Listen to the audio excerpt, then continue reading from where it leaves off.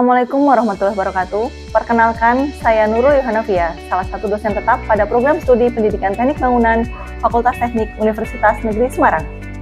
Bidang ilmu saya adalah Teknik Geodesi dan Geomatika yang berfokus pada pengukuran dan representasi permukaan bumi melalui metode survei dan pemetaan. Bidang ilmu tersebut sesuai dengan latar belakang pendidikan saya, yaitu sarjana dan magister Teknik Geodesi dan Geomatika.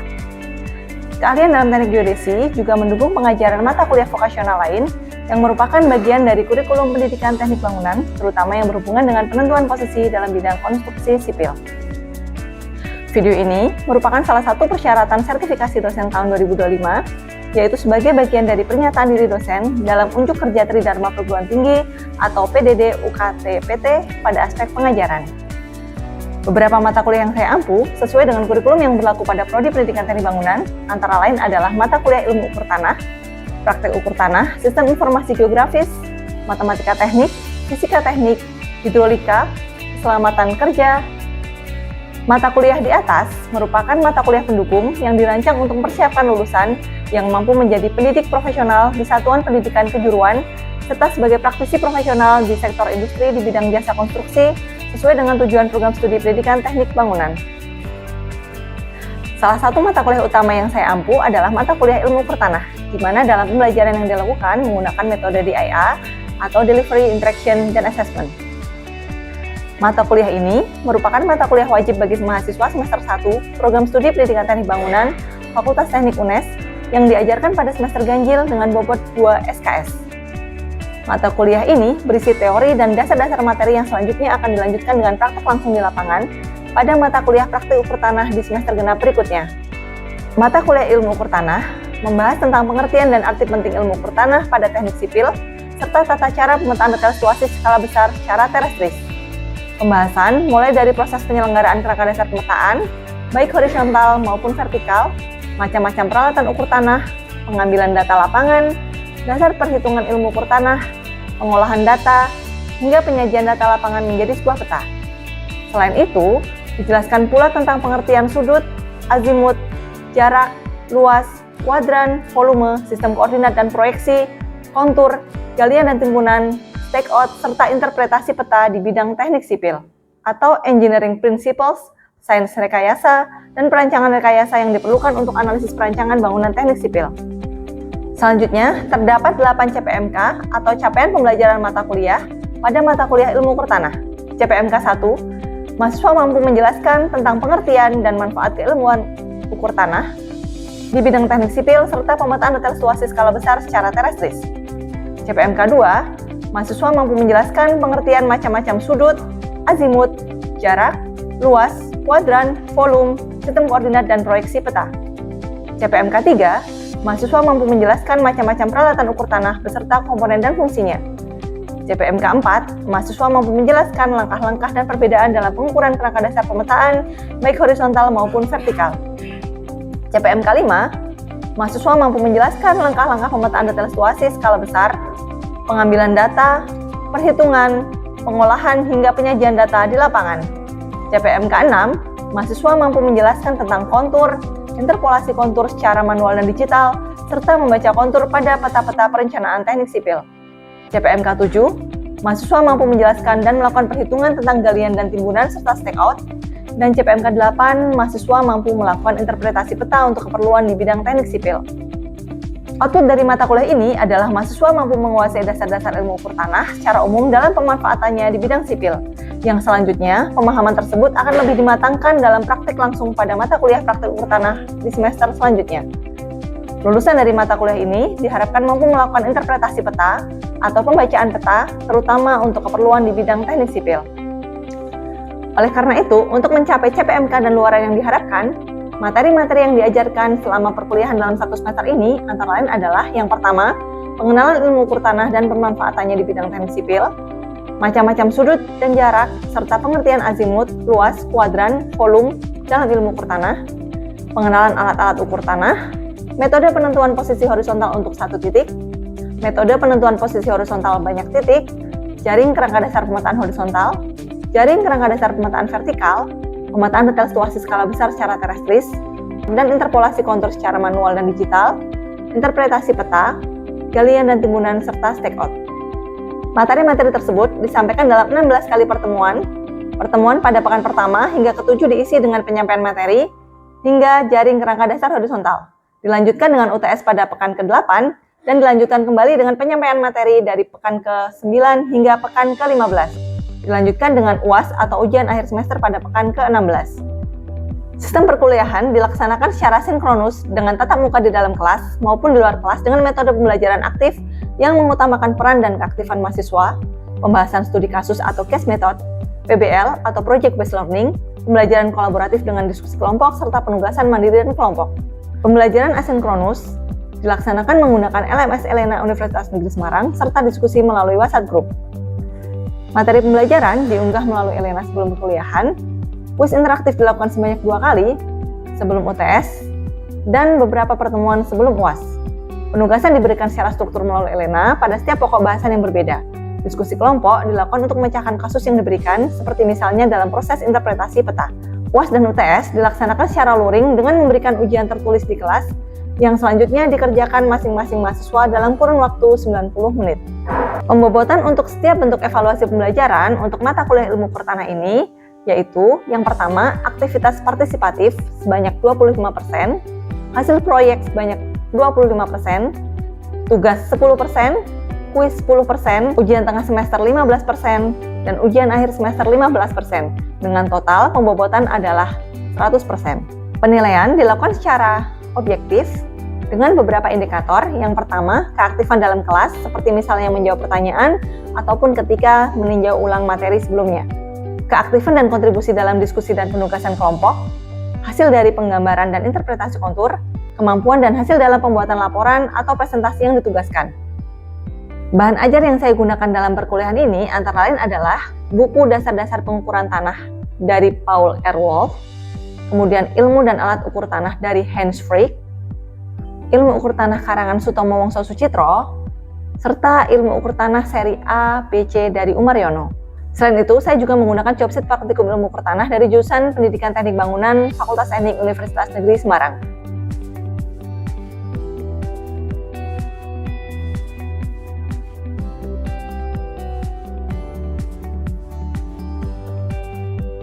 Berikutnya merupakan video cuplikan dari proses pembelajaran yang dilakukan secara sinkronus di ruang kelas secara tatap muka dalam 1 kali pertemuan. Selamat menyaksikan. Assalamualaikum warahmatullahi wabarakatuh. Selamat siang semuanya. Gimana kabarnya hari ini, sehat? Oke, kita mulai lagi materi ilmu ukur tanah untuk siang ini ya. Tapi sebelum kita mulai, baiknya kita berdoa dulu sesuai keyakinan kita masing-masing agar nanti perkuliahannya berjalan secara lancar. Berdoa mulai. Selesai.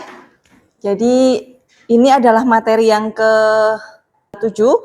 Pertemuan sebelumnya kita sudah membahas tentang pemetaan detail situasi. Kita juga sudah membahas tentang kerangka dasar pemetaan. Ya. Sebelumnya saya mau agak flashback dulu. Jadi untuk kerangka dasar pemetaan dan detail situasi yang sudah pernah kita pelajari sebelumnya, itu kira-kira peralatannya sama atau tidak yang kita gunakan untuk melakukan pengukuran? Ya. Untuk peralatannya sendiri, yaitu untuk kerangka dasar pemetaan itu memerlukan pengukuran yang secara mendetail. Jadi untuk kerangka dasar pemetaan itu dapat menggunakan ETS atau Electronic Total Station. Ya. Lalu untuk detail situasi itu menggunakan pengukuran yang mungkin tidak terlalu mendetail, jadi dapat menggunakan alat teodolit T0. Oke. Betul. Jadi untuk yang kerangka dasar pemetaan, karena itu nantinya hasilnya adalah berupa titik ikat gitu ya, yang nantinya digunakan sebagai dasar dalam pengukuran detail situasi. Jadi memang harus menggunakan alat yang teliti. Tapi sebetulnya teodolit juga ada deh yang teliti, tapi serinya yang berbeda. Kalau untuk detail situasi biasanya kita menggunakan T0, kalau untuk kerangka dasar kita biasanya menggunakan apa? Teodolit apa? Seri apa? Seri T2 gitu ya. Kemudian itu terkait peralatan. Kalau untuk metodenya, metode apa ya, salah satu metode yang bisa kita gunakan baik untuk kerangka dasar maupun untuk detail situasi, ada yang masih ingat metode yang bisa kita gunakan? Ya, Vin? Ada metode poligon, Bu. Metode poligon ya, itu benar. Kalau nggak salah ada 2 jenis, ya. Metode poligon terbuka dan tertutup. Oke, benar. Bisa dijelaskan lagi mungkin terbukanya ada berapa macam gitu? Kalau terbuka lebih ke teknisnya, Bu. Kalau terbuka itu lebih nggak ada ujungnya, dari ujung ke ujung aja. Ya. Membuat lingkaran. Oke, tidak membuat loop gitu ya. Jadi salah satu metode yang memang paling sering digunakan gitu ya, karena dia sekali ngukur kita langsung dapat berapa koordinat, itu adalah metode poligon. Jadi ada dua macam, metode poligon tertutup sama yang terbuka gitu ya. Oke, lanjut ke materi selanjutnya atau materi yang hari ini. Ada yang sudah pernah mendengar tentang kontur? Jadi kira-kira kontur ini apa nih? Kontur apa ya? Tinggi muka tanah. Gimana, Dek? Tinggi muka tanah. Tinggi muka tanah. Atau bisa juga tinggi muka tanah, atau dia sebetulnya adalah garis khayal yang digambarkan pada peta topografi untuk menggambarkan relief permukaan bumi sebenarnya sesuai keadaan di lapangan. Jadi karena peta itu biasanya bentuknya 2 dimensi, kemudian bagaimana caranya kita bisa tahu reliefnya gitu ya? Kalau misalnya kita nggak tahu ketinggian dari si area yang kita petakan, maka si ketinggiannya itu akan kita gambarkan atau kita representasikan dengan garis khayal. Tapi dia akan menggambarkan topografi sesuai dengan keadaan sebenarnya. Karena masing-masing garis kontur ini dia akan menghubungkan titik-titik dengan ketinggian yang sama gitu. Jadi kalau ada ketinggian 1 meter itu ada 1 garis, 2 meter garis 1 garis gitu. Jadi kira-kira di jumlahnya si kontur ini bisa kita perhitungkan atau tidak terhingga?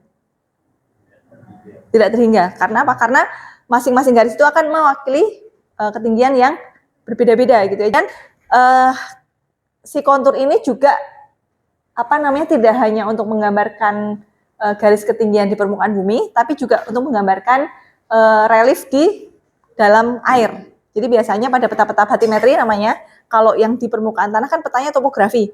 Kalau yang untuk menggambarkan relief relief dasar air itu namanya peta batimetri. Nah, si peta batimetri ini juga punya garis kontur namanya garis isobat, gitu ya.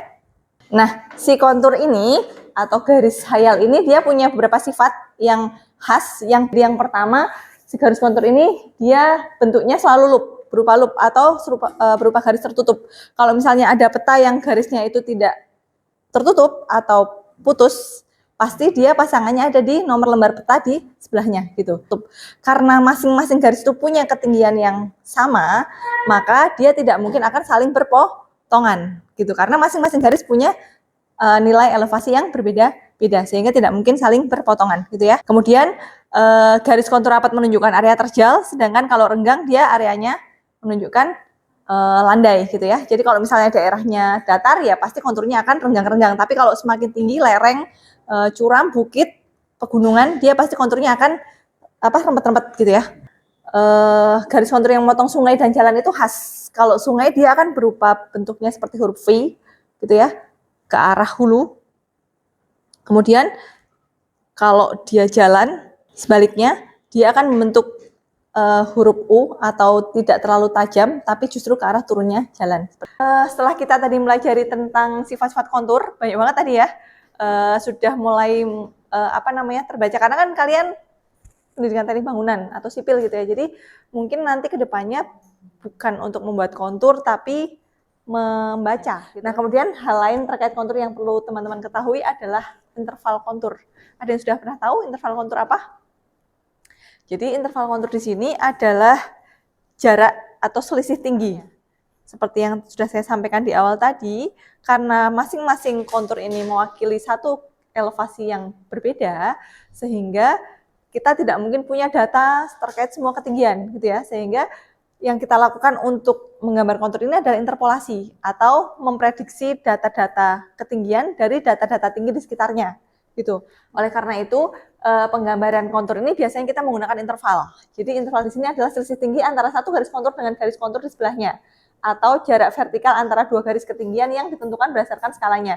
Jadi kalau misalnya kita bilang interval konturnya 5, artinya antara baris 1 dengan di atasnya atau di bawahnya itu selisih angkanya adalah 5. Jadi kalau misalnya garis 1 5, maka baris di atasnya adalah 10. Baris di atasnya lagi adalah 15 meter. Jadi semua ketinggian atau semua area yang memiliki ketinggian 5 meter akan diwakili dengan garis 5 meter. Kemudian di atasnya ketinggian yang 10 meter akan diwakili dengan garis 10 meter. Bu, kemudian nanti kalau misalnya ada yang ketinggiannya 8 meter bagaimana? Ya berarti diinterpolasi dari ketinggian 5 dan 10 seperti itu, di antara 5 dan 10 seperti itu. Jadi kalau misalnya kita punya datanya, mungkin bukan data, bukan data yang 5 meter, 10 meter, tapi datanya misalnya 2 meter, 5 meter, 8 meter, 7 meter. Nah, kontur-kontur yang per 5 meter tadi akan kita interpolasi dari data-data yang ada, seperti itu, gitu ya. Nah, interpolasinya seperti apa nanti kita akan belajar cara menginterpolasi kontur dan cara menggambar kontur secara manual, seperti itu ya. Kemudian, nah bagaimana sih Bu menentukan interval kontur? Nah, interval kontur ini ditentukan berdasarkan yang pertama skala petanya. Jadi kalau misalnya kita punya kontur dengan skala besar, maka intervalnya pasti akan lebih kecil, gitu ya, sebaliknya. Karena kalau dia skalanya besar berarti petanya semakin teliti, gitu ya.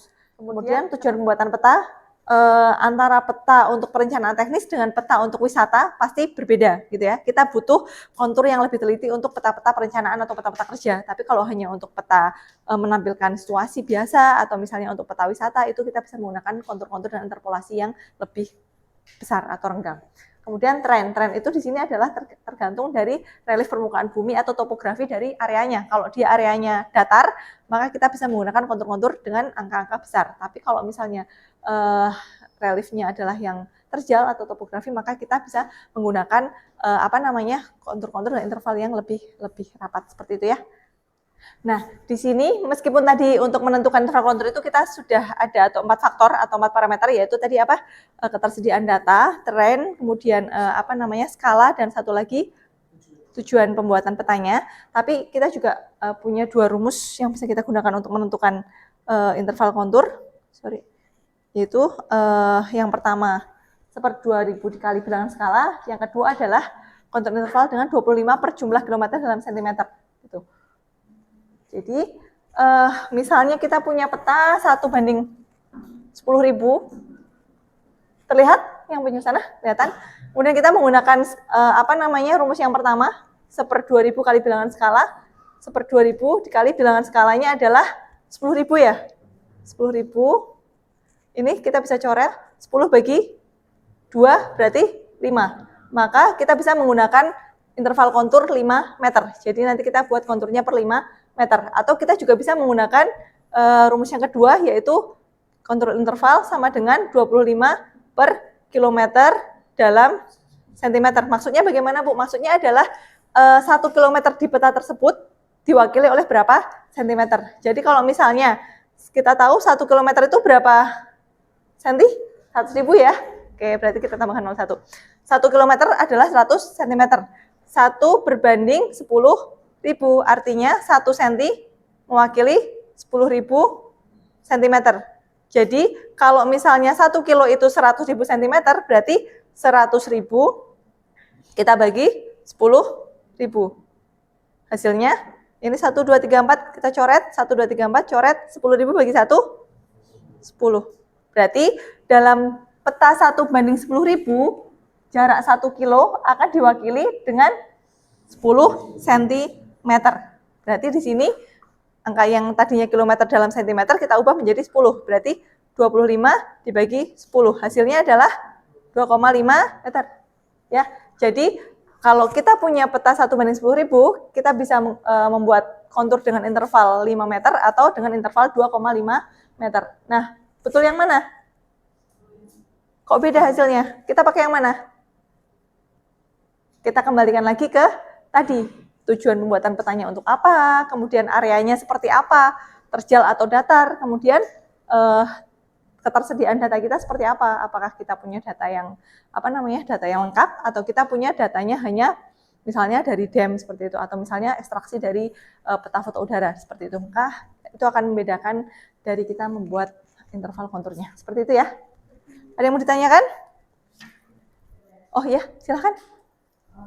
Bagaimana cara menentukan interval kontur jika skala meter tidak diketahui? Nah, iya. Jadi kalau misalnya kita skalanya memang tidak tahu, berarti kan kita nggak bisa menggunakan rumus yang pertama ya, ya kan? Kita juga tidak bisa menggunakan rumus yang kedua karena dua-duanya menggunakan bilangan skala. Maka sekali lagi kita akan kembalikan ke terkait dengan kebutuhan atau tujuannya. Biasanya si owner-nya itu butuh kontur tersebut untuk apa? Jadi kelazimannya gitu ya. Sedikit banyak kita sudah tahu topografinya seperti apa, maka sebaiknya kita menggunakan kontur-kontur yang intervalnya lebih rapat gitu. Karena semakin rapat interval konturnya, maka dia akan semakin teliti untuk perencanaan seperti itu. Gitu ya. Jadi kembalikan lagi ke tujuan penggunaan petanya seperti itu. Gitu ya. Bisa dipahami? Oke. Terakhir setelah kita mengetahui sifat kontur, kemudian kita juga mengetahui interval kontur. Yang terakhir adalah indeks kontur.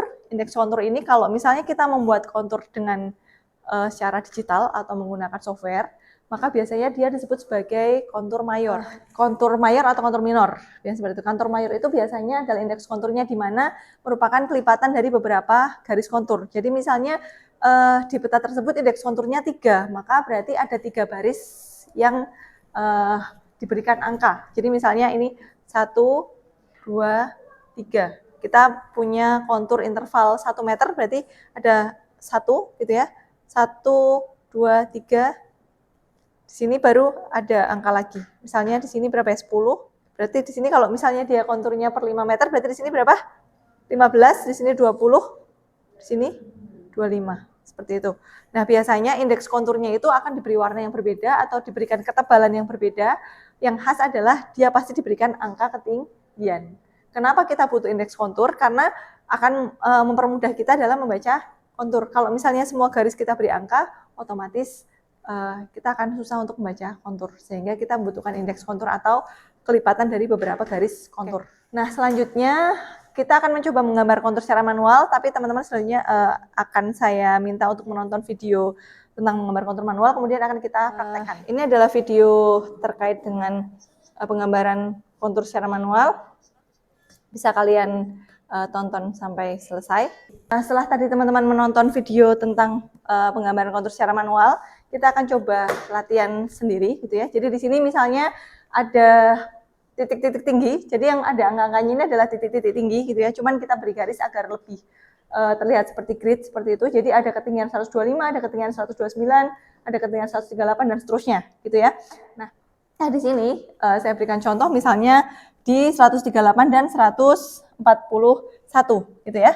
Di antara 138 dan 141 kira-kira ada angka berapa yang merupakan kelipatan 5?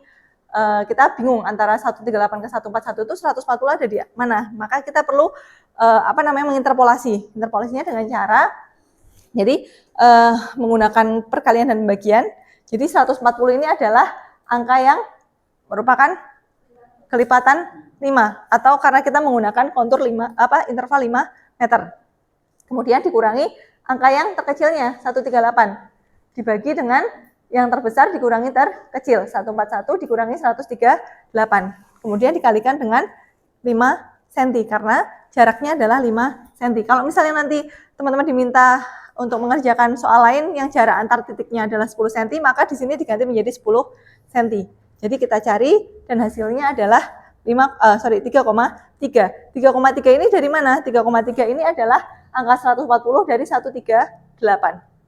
Gitu. Jadi nanti dengan menggunakan penggaris teman-teman ukur dari 138 ke arah 141 sejauh 3,3 cm. Kemudian diberikan tanda. Oke. Gimana, sudah selesai? Dikerjakan? Sudah selesai?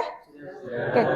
Ada yang mau mencoba mencontohkan? Satu saja, silakan, bebas. Mau yang mana? Oh ya, boleh Izah, silakan. Mau pilih yang mana, Zah? Yang interval 145 144. Oke, ya, bukan interval, angka tinggi, angka ketinggian. Ya, ya silakan kita cek bareng-bareng 146 ke 144 ya. Berarti angka yang kita cari adalah 145 dikurangi yang terkecilnya 144, yang terbesarnya adalah 146 dikurangi 144 dikali 5 cm. Hasilnya adalah 2,5 cm ya, betul ya? Kalau itu berarti dari 144 ya, dari 144 ke 145 sejauh 2,5 cm. Kemudian ditandai. Yang terakhir kita akan coba melihat salah satu alat yang bisa digunakan untuk mengukur elevasi yang nantinya digambarkan atau yang nantinya digunakan untuk menggambar kontur gitu ya. Namanya ETS, Electronic Total Station. Sama ya? Beda merek, ini beda merek gambar dengan aslinya. Cuman intinya sama, si ETS ini adalah alat untuk mengukur jarak dan sudut gitu ya. Seperti itu. Ini alat yang saya janjikan tadi. Jadi ini salah satu alat yang tadi disebutkan oleh Azril sama siapa tadi? Alvin ya. Kalau kemarin kita baru hanya belajar namanya saja dan gambarnya. Jadi ini adalah salah satu alat yang bisa kita gunakan untuk menentukan atau mencari nilai-nilai ketinggian atau elevasi yang nantinya bisa digunakan untuk menggambar kontur. Ini mempermudah karena kita tidak perlu lagi mencatat datanya. Kemudian kita juga tidak perlu menggunakan EDM. Di sini ada teropong untuk membidik objek, kemudian ada beberapa pengatur lensa. Ini untuk objek, ini untuk fokus fokus garis bidiknya. Kemudian di sini ada lensa untuk membidik benchmarknya, titiknya. Kemudian di sini ada skrup untuk pengunci horizontal. Jadi kalau ini misalnya kita kunci, maka nggak bisa bergerak lagi ke kanan ke kiri. Kemudian di sini juga ada pengunci vertikal, gitu ya. Jadi kalau kita kunci, maka dia tidak bisa dinaik turunkan kembali seperti itu. Mungkin cukup sekian ya untuk pertemuan hari ini. Ada yang mau ditanyakan? Jika tidak ada, berarti saya coba absen dulu ya. Zulfa Mustafa, Geza Rizky. Oke, berarti ada 2 orang yang tidak hadir. Nanti mohon materinya sudah saya cantumkan di Elena, juga untuk penugasan hari ini yang terkait menggambar kontur tadi juga sudah saya cantumkan di Elena. Nanti bisa kalian cek gitu ya. Ada pertanyaan sebelum saya tutup? Cukup ya. Untuk pertemuan selanjutnya akan kita masuk ke materi cut and fill. Jadi kita tidak bisa masuk cut and fill kalau misalnya kita belum belajar kontur gitu ya. Jadi semoga kalian paham semua dengan materi hari ini sehingga kita bisa lanjut ke materi selanjutnya tanpa kesulitan. Semoga semuanya sehat. Kita ketemu lagi minggu depan dalam keadaan yang lebih sehat lagi, dan semoga ada manfaat yang bisa kita tuai dari pertemuan hari ini. Terima kasih. Wassalamualaikum warahmatullahi wabarakatuh.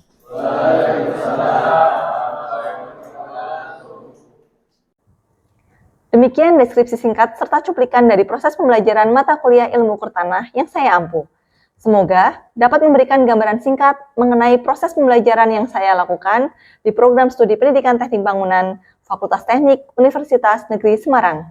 Terima kasih saya ucapkan kepada seluruh panitia sertifikasi dosen Smart Dosen tahun 2025, serta Kementerian Pendidikan Tinggi, Sains, dan Teknologi Republik Indonesia. Saya juga mengucapkan terima kasih kepada program studi pendidikan teknik bangunan, Fakultas Teknik UNES, Koor Prodi Pendidikan Teknik Bangunan, rekan-rekan sejawat, serta rekan-rekan mahasiswa. Terima kasih. Wassalamualaikum warahmatullahi wabarakatuh.